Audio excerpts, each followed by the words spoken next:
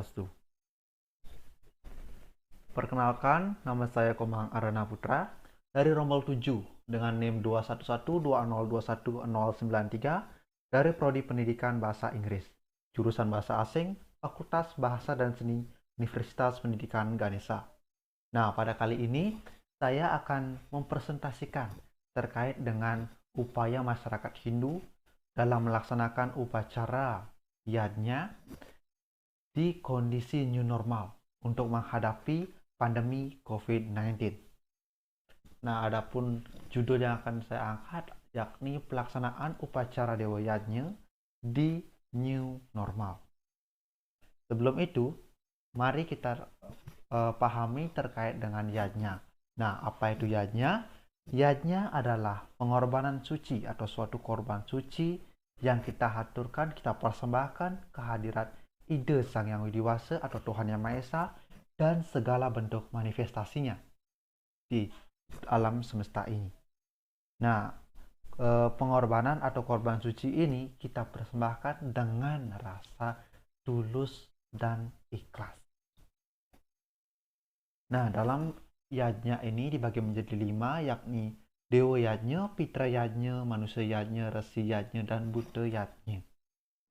Nah, kali ini saya akan mempresentasikan terkait dengan Dewa Yajna.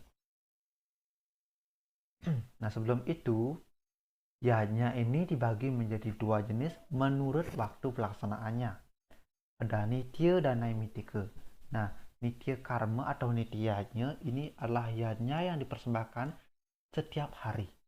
Misalnya kita berteri sandya atau menghaturkan bantuan saiban atau yajna sesa. Sedangkan Naimittika Karma atau Naimittika Yajna ini adalah yajna yang dilaksanakan pada hari-hari tertentu saja. Nah, ini berpatokan dengan sistem perbintangan atau benda-benda langit, saseh, wewaran, wukon atau pawukon. Nah, seperti saya ambil contoh Saraswati yang sudah kita lalui, pagar besi, tumpak landap yang akan kita laksanakan seperti itu. Nah, namun di zaman sekarang, di era yang Indonesia ini sedang dilanda oleh pandemi COVID-19,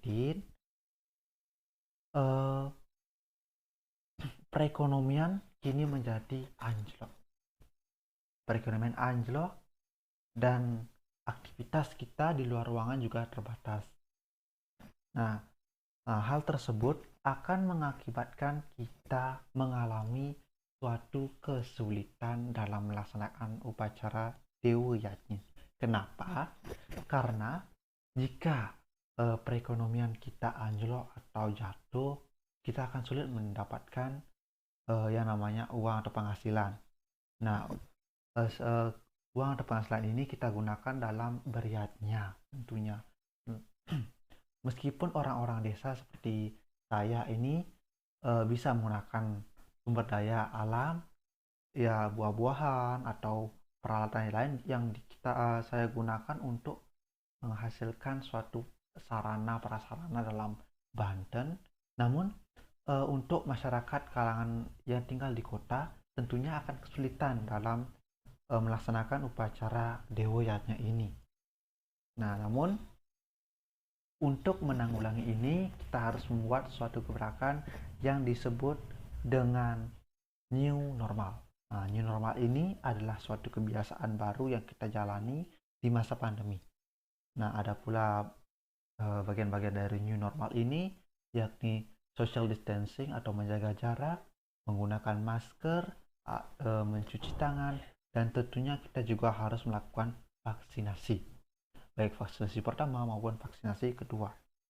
Nah, namun meskipun kita sudah melakukan vaksinasi, menjaga jarak, menggunakan masker atau mencuci tangan, nah kita masih bisa terinfeksi dari virus COVID-19 ini, sehingga diperlukanlah suatu gagasan.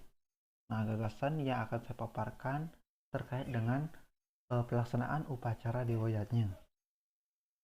Yang pertama, yakni membagi acara menjadi beberapa sesi.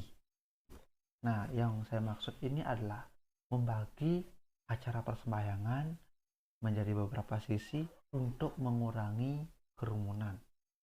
Nah, dibagi menjadi beberapa sesi. Misalnya, dalam sebuah pura akan dilaksanakan suatu persembahyangan. Nah, Keliang Dadir, Keliang Banjar atau Keliang Adat atau sesepuh lain akan menginformasikan kepada umat bahwa pada tanggal sekian akan dilaksanakan upacara Dewoyatnya dan dia akan dilaksanakan beberapa sesi atau beberapa gelombang. Dan gelombang itu misalnya dimulai pada jam 8. Nah, masyarakat atau umat Hindu yang bersembahyang akan datang dan duduk pada tempat-tempat yang berjauhan atau saling menjaga jarak dan tentunya dengan menggunakan protokol kesehatan. Nah, mereka akan bersembahyang seperti biasa. Jika sudah selesai, mereka akan pulang dan dilanjutkan dengan sesi atau gelombang berikutnya. Nah, selanjutnya ada sembahyang perorangan. Nah, yang saya maksud sembahyang perorangan ini adalah kita sembahyang, kita datang ke pura, kita sembahyang sendiri-sendiri dengan mengaturkan canang atau banten. Nah, namun banten utama, tirte, wangsopada dan pengelukatan itu disiapkan oleh jero mangku dan jero pengayah. Nah, sehingga ketika kita sembahyang, setelah kita selesai sembahyang, kita meminta tirte, wangsopada, entah kita akan bawa pulang atau tidak. Nah, selanjutnya jika setelah selesai ngelungsur tirte wangsopada, kita akan pulang ke rumah masing-masing. Selanjutnya yang tidak kalah penting yakni mengambil yajnya dengan tingkatan niste. Nah, yang saya maksud dengan tingkatan niste ini gunanya untuk mengurangi beban biaya dari pelaksanaan yajnya agar nanti tidak ada yang mengatakan yajnya itu membebani, yajnya itu memiskinkan, yajnya itu menyengsarakan. Nah, pengambilan yajnya dengan tingkatan niste ini bukanlah hal yang buruk. Tingkatan niste ini bukan yang jelek, namun tingkatan niste ini lebih menekankan pada sederhana. Tingkatan niste madya utama ini memiliki makna atau kualitas yang sama tergantung seorang yajmana yang mengambil yajnya tersebut. Jika kita mengambil dengan tingkatan utama atau yang paling tinggi, paling mahal, namun didasari oleh rasa yang sombong, ingin pamer, itu sama saja tingkatannya itu sangatlah rendah, kualitasnya sangatlah rendah.